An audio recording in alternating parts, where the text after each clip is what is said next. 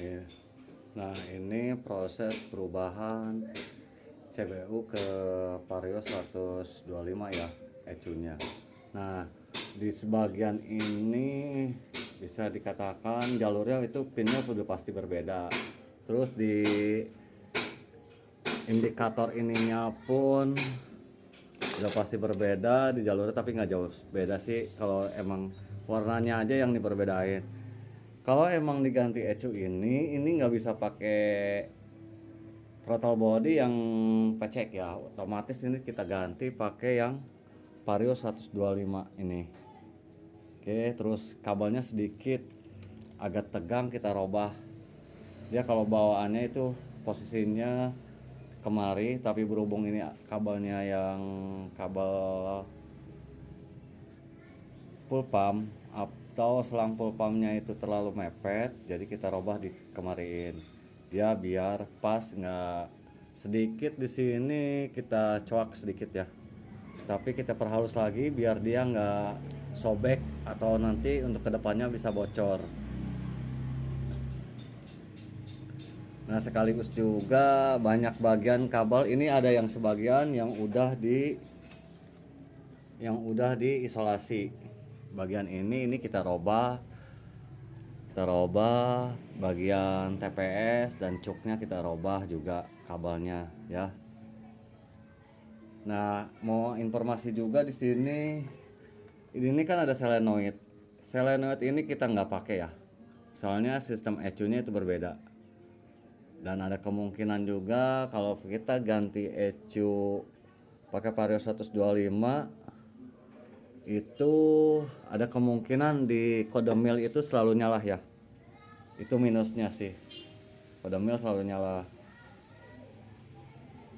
Untuk yang lainnya mungkin kita bisa analisa sendiri untuk jalur-jalurnya ya.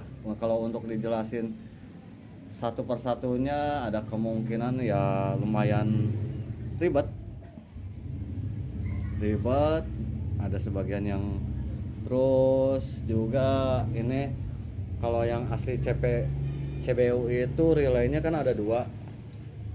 Terus kita pakai satu di sini, terus bagian lampunya dia kan masih buah lampijar ya, bukan LED.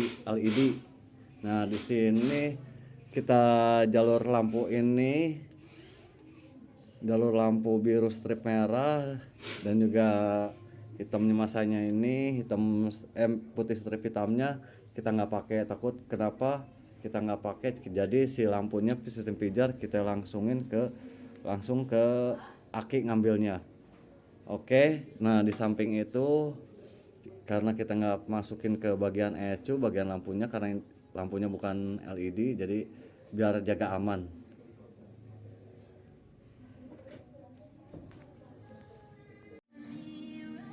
Oke, buat teman-teman di sini ini kabel body yang udah kita susun ya.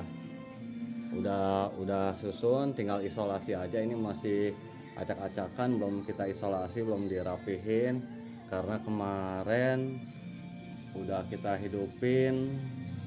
Terus ada kendala di sini. Kendalanya di mana?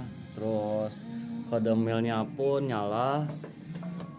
Mil ininya pun nyala, terus kedip-kedipan kayak gitu.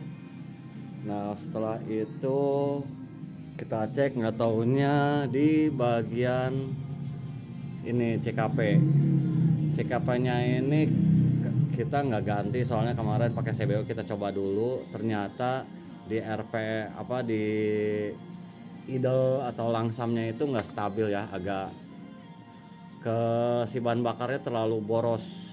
Nah, setelah itu kita ganti CKP-nya pakai Vario 125. Nah, di sini kita udah pasang dan udah kita beresin.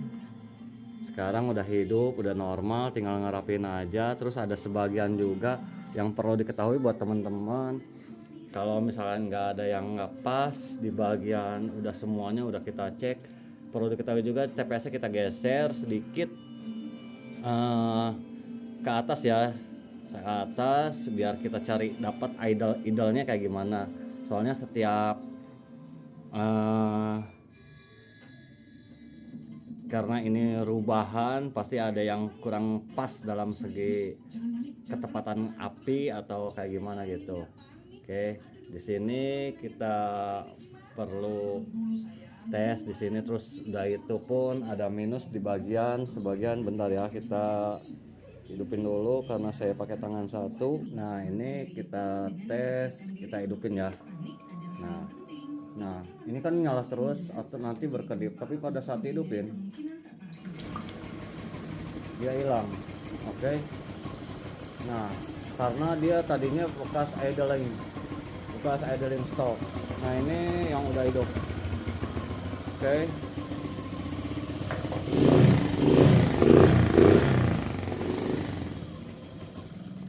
Nah semuanya udah beres, tinggal ngerapin itu aja sih. Dan sekaligus kita iniin, rapihin.